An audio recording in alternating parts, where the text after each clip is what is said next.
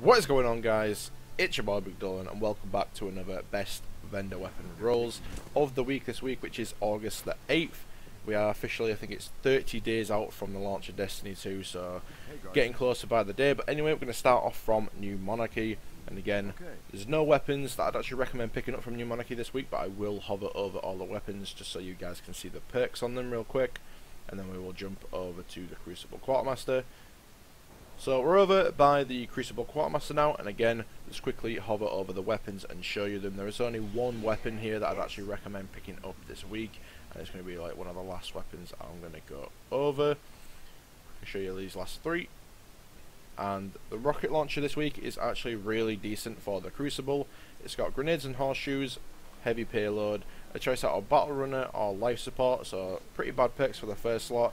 But it does also have counter mass on there, so it increases the velocity, decreases the blast radius, but you do have heavy payload on there, which is going to obviously cap the blast radius out again. Anyway, let's jump over to the Vanguard Quartermaster. So we're over by the Vanguard Quartermaster now. Again, let's just get straight into it. There is two weapons that are pretty decent this week. They're definitely not the best rolls ever. They do have a couple of perks missing on them that would be obviously a hell of a lot better. But the first one is going to be the Parthian Shot. This week it does have counterbalance, which a lot of people really do like. It doesn't have braced frame, but it does have small bore or rifle barrel.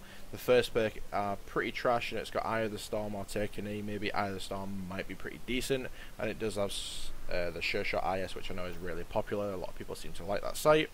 For the rocket launcher, it is actually pretty decent for PvE. It's got cluster bombs and field scout. Just the first perks that are pretty trash, having last resort and battle runner. Would be nice if we had something like tripod on there, but anyway, let's jump over to Dead Orbit. So jumping into Dead Orbit, there is going to be again two weapons that I'm going to recommend. Definitely, again, they're missing a few perks that would make them a little bit better, but the first one is going to have to be the Last Ditch Shotgun. This week it has rangefinder, small bore, hand loaded, and you do also have accurized ballistics for more range and impact, or you could go aggressive ballistics with obviously a big chunk of impact. Definitely try and cap out the range in this, and it is going to be really good for the Crucible.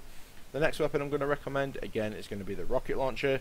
Now this one is not as good as the one that the Crucible guy is selling, because it doesn't have as much base, blast radius and velocity, so do bear that in mind. But it does have grenades and horseshoes, it does have tripod and flared magwell, lightweight, and the other perks are pretty trash. Just probably go with Warhead Veneers. But anyway, let's jump over to Future War Cult. So last but not least, we finally have Future War Cult.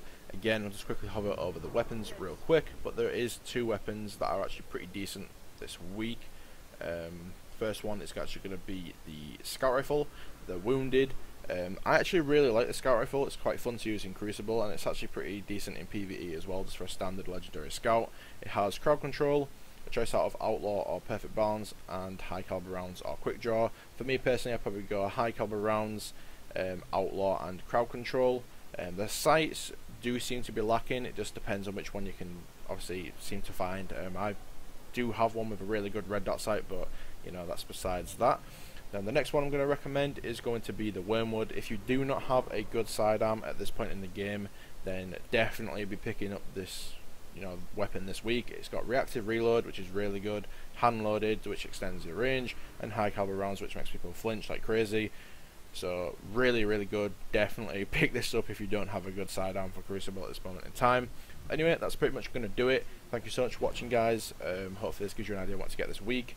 Thank you so much for watching. See you in the next one, and peace.